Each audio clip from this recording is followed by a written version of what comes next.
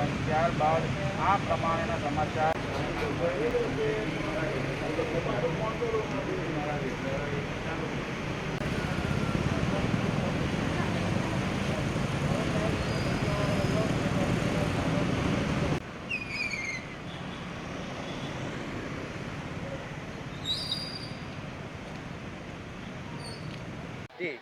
જે મીડિયામાં પ્રતિબંધની વાત વહેતી થઈ છે, શું છે સત્ય હકીકત એની?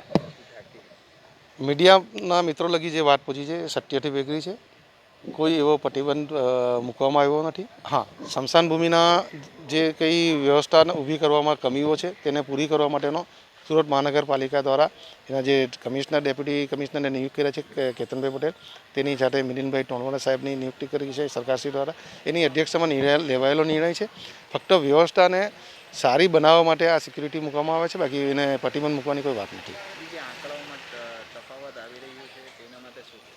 આંકડાઓમાં તફાવત સ્વાભાવિક રીતે છે અને સાચો બી છે, પણ એ એટલા માટે છે કે જે સિવિલ કે સિનિયરમાં 100% કોરોનાના એમાં અસરગ્રસ્ત છે કે એમાં સંક્રમિત થઈને એક્સપાયર થયો છે તે અલગ જ વસ્તુ છે.